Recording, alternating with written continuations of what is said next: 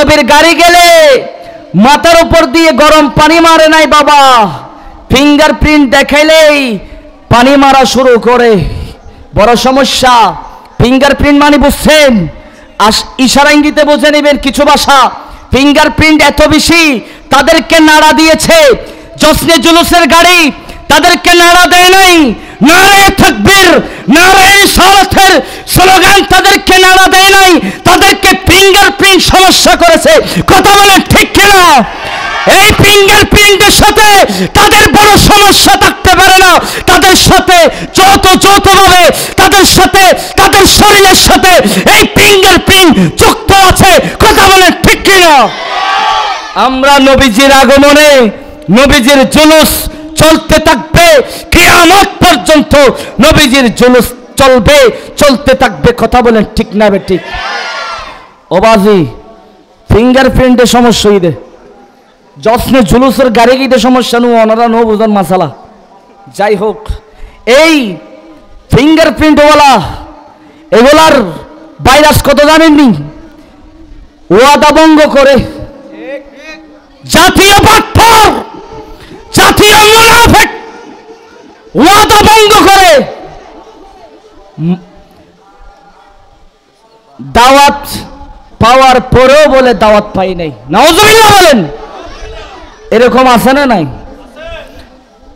সেটা যদি আমাদের পথপ্রদর্শক হয়, যাকে আমরা অনুসরণ করি, ওই লিডারের যদি এই অবস্থা, যারা আমাদের পিছনে পিছনে হাঁটে তাদের কি অবস্থা হবে?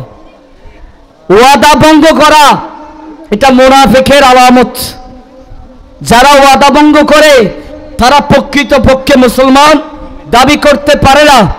ইন্নাল মুনাফিকিনা ফিদ দারকিল আসফালি মিনান নার, জাহান্নামের সর্বনিম্ন স্তরে যেই মুনাফিকের স্থান।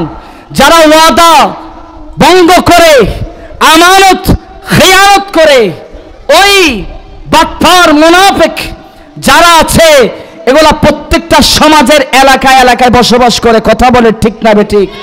এগুলার থেকে আমাদেরকে সাবধান থাকতে হবে। এগুলা যদি মসজিদের ইমাম হয় আরো বড় ভাইরাস। এটা যদি সাধারণ মানুষের সমস্যা নেই, কিন্তু জাতীয় বাটপার, জাতীয় মুনাফিক ওগুলো যদি মসজিদের মিম্বরে দাঁড়ায় বড় সমস্যা। যারা আমাদেরকে ফলো করে, আমাদেরকে দেখে যারা ভালো রাস্তায় চলে, আমাদের যদি জবানের হেফাজত না থাকে, আমরাই যদি ওয়াদা ভঙ্গ করি, মুসল্লি যাবে কোথায়? তাহলে বোঝা যায় যারা ওয়াদা খেলাপ করে তাদের পিছনে আপনি আমি নামাজও পড়তেছি, যদি খেয়াল যদি এটা চলে আসে সে তো ওয়াদা ভঙ্গকারী, তাহলে আপনার নামাজটা কি অবস্থা হবে?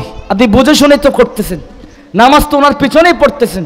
সুতরাং এই মুনাফিক থেকে যারা ওয়াদাবদ্ধ হয়েছে, যারা দাওয়াত গ্রহণ করেছে কিন্তু দাওয়াতে আসে নাই, এসব মুনাফিক থেকে দূরে থাকবেন। এগুলো এলাকার জন্য বড় বিশাল ভাইরাস। এগুলো মানুষকে কি হেদায়েত করবে? মানুষকে হেদায়েত করার আগে সে নিজে হেদায়েত হওয়া দরকার। আপনি তো নিজে একটা মুসলমান, নবীজির মিলাদ আপনার থেকে ভালো লাগে না, তাহলে নবীজির মিম্বরে দাঁড়াইছেন কেন? মসজিদের মিম্বর এটা কোন খতিবের নিজস্ব মিম্বর নয়, এটা দয়াল নবীর মিম্বর। কথা বলেন ঠিক না বেঠিক? সেই মিম্বরে দাঁড়িয়ে যাদের মিলাদুন নবী ভালো লাগে না, নবীর মিলাদ ভালো লাগে না, ওই কাঠ মোল্লার থেকে নবীজির মিম্বরে দাঁড়ানোর কোনো অধিকার নাই। কথা বলেন ঠিক না বেঠিক?